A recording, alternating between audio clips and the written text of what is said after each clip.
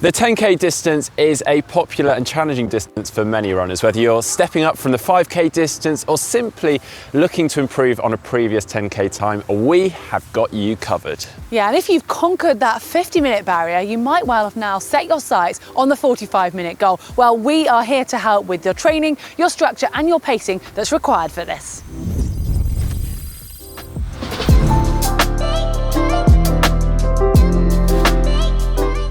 So 45 minutes for 10K. It's a solid benchmark and worthy target for many runners. Of course, some of you may actually be looking for something slightly faster than 45 minutes, and for others, well, it may not be quite realistic for your current ability at the moment. So a good way to find out how close you are to this time is to use some recent race times or some times from your training. So 45 minutes for 10K, I would suggest that you have covered 5 kilometers in at least 21 or 22 minutes. Now, breaking the run down into its very basics, 10K in 45 minutes works out a pace of 4 minutes 30 per kilometre. That's a speed of 13.3 kilometres per hour. Simply put, if you manage to run at this pace over 10 kilometres, you will achieve your target. However, do not worry if your current paces aren't quite in line with this just yet.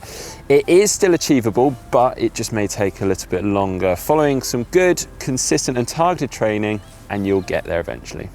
How you approach your training depends on the time you've got available and also your current fitness and your running history. There is no such thing as one size fits all, but if you're managing 3 to 4 runs a week and you've got some structure, then you're going to be able to reach this goal. And talking of structure, we want to talk about or include 3 sort of key sessions covering speed workout, tempo and recovery runs.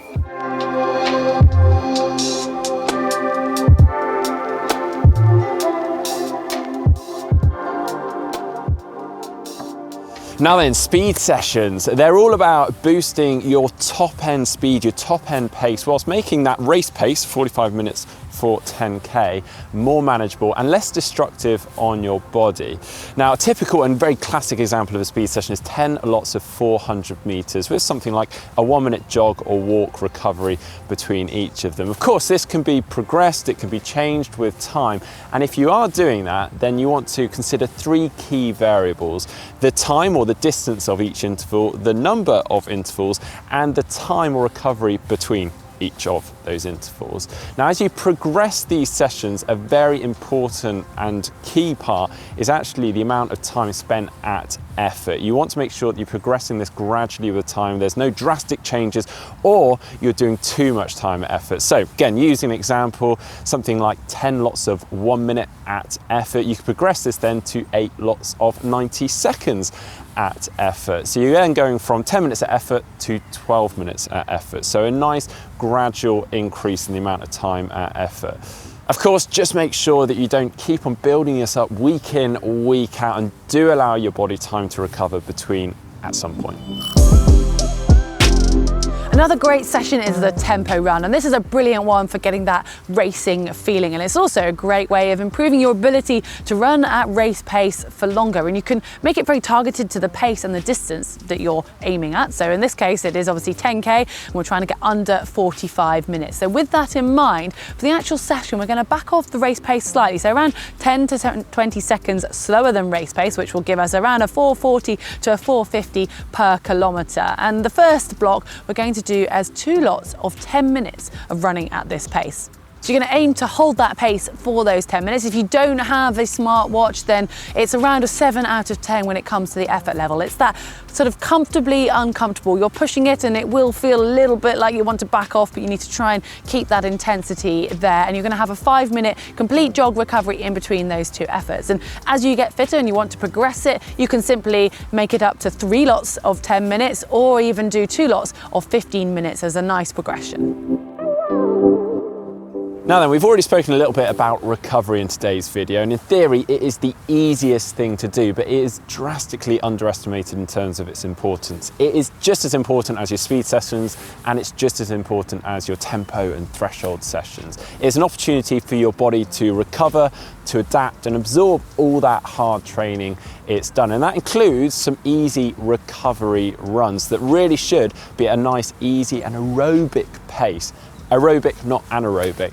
Now, to give you an example, Kipchoge, the current marathon world record holder, runs his easy runs at around 4 minutes 30 to 5 minutes per kilometre. So I think it's fair to say you and I should probably be running them far slower than that. So maybe something around 5 minutes 30 to 6 minutes per kilometre. And hey, if you fancy going slower than that again, then listen to your body.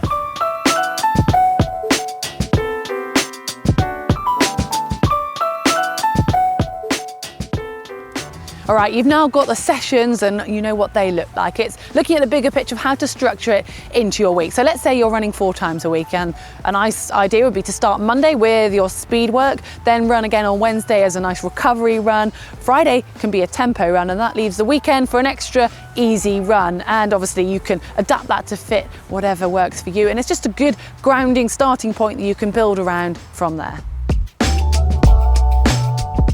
Now then, how about once you've done all this hard training, the race is just around the corner? Well, the week leading into the race, we'd really recommend you start tapering your training.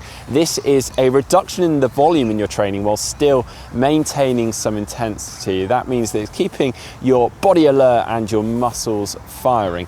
We have actually already got a dedicated video on this that goes into some depth around tapering in the week leading up to a race. I'll drop a link for that in the description just down below. But in addition to this, make sure the days leading up to the race you stay well hydrated and topped up in carbohydrates and glycogen stores for your body. And the night before, don't try anything too adventurous. It rarely ends well. Just stick with something you're used to, relatively plain. Maybe something like chicken and rice is a pretty common and popular example. And the same goes for your breakfast on the morning of the race.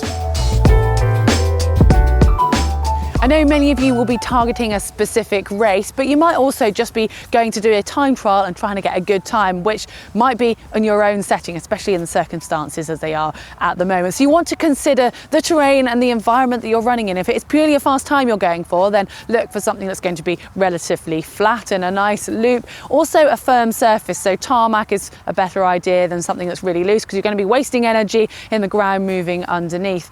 And also, you might not have a choice, but if you can look at the weather a few days ahead, if you're running on your own, then look for a day that's going to be less windy and a perfect temperature to really try and nail that time.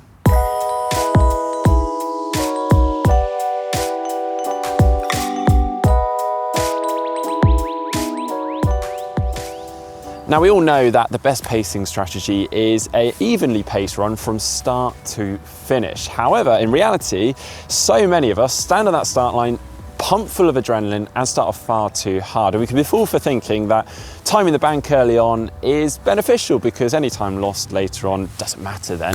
Actually though, those that evenly pace their run more often than not end up with a far faster time than those that start off too hard. So when you are stood on that start line, try not to get carried away with the other runners that are starting off around you. Try to lock into your target pace. And a little tip here, if you're running into a block headwind, try and shelter behind another runner, particularly a taller one if you can. If you are running solo or just on your own in a training session and trying to go after this target 45-minute 10K, maybe ask someone to come along on a bike with you, ride at that target pace for you, and also block the wind too.